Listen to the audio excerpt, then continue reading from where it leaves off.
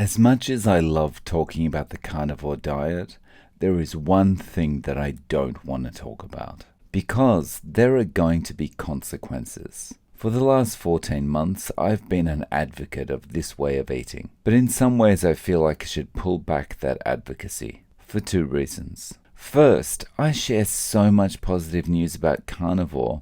At some point, I'm going to be labeled crazy or a zealot. Second, the more I talk about carnivore in glowing terms, the more people are going to start to feel like I'm trying to start up some kind of cult. Anyway, I want to talk about an improvement I've been experiencing that up until now, I've kept to myself. Just before we get into it, I want to tell you about a cult that's very important for all us carnivores. And that is the cult of YouTube. Many of us would never have heard about the carnivore diet had it not been for the accessibility of information on YouTube. And you can help keep my videos more accessible by doing two things right now. By clicking like and subscribe, you're telling YouTube that my videos are interesting, and that'll give YouTube the hint that it needs to go out and push that video to more users. Thank you very much. That said, what is this improvement that I've been keeping to myself? Before we get into it, let me explain it's not the usual stuff that I would talk about. Because I've made a lot of videos where I talk about all the improvements I've seen on carnivore, such as the 32 pounds of weight loss,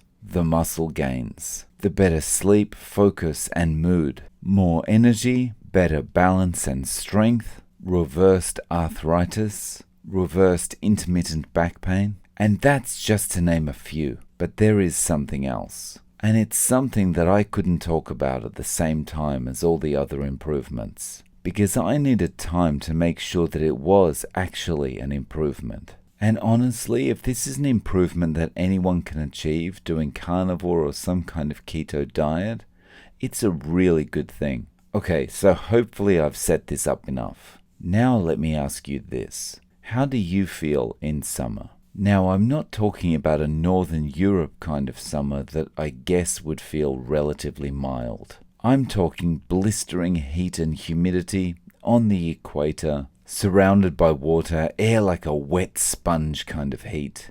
And there's no bathing suits or deck chairs for you. You have to walk 30 minutes to and from work each day in the blistering heat, wearing your work clothes. How do you feel? Of course, if you're on holiday and lounging by the pool, then it probably feels great. But going about your regular day-to-day, probably not so much. So now that I've painted that picture for you, let me share something about myself. I have a particular aversion to the heat. I have always disliked summer and the heat and the stickiness that comes along with it, especially when I have to work in it. Now, if you're going from your air-conditioned home to your air-conditioned car to your air-conditioned office, then it might be okay. But in Japan, we generally take public transportation and walk everywhere. And summer is hot, burning hot. If you've ever been to Singapore in September,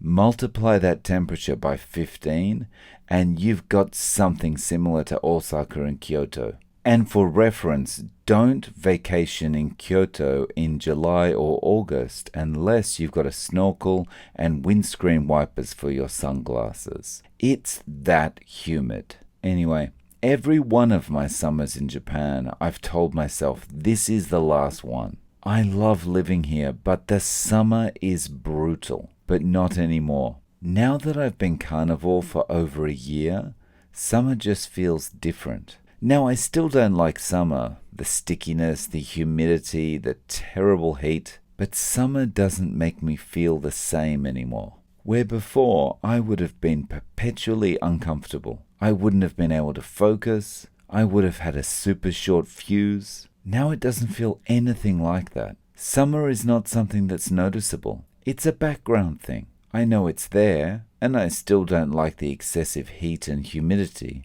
But it's just there in the background, not doing anything to annoy me. Look at it as someone with a really loud voice sitting near you in a cafe. Most of us can just tune that person out and get on with whatever it is we're doing. But for people who are sensitive to sound, they might not be able to do anything to block that sound out, and it's going to be distracting for anything they want to do. That's what summer used to be like for me. I was super sensitive to it. So when it was summer, I had a hard time focusing on anything else. Now that's gone. Summer is just there, and I'm much happier. And summer no longer feels like a time that I want to see the back of anymore. I'd love to know your thoughts in the comments below. Have you experienced something like this on Carnivore? And do you think this is a carnivore thing, a losing weight thing, or a combination of both? Thanks for watching, guys. Don't forget to click like and subscribe, and I'm looking forward to seeing you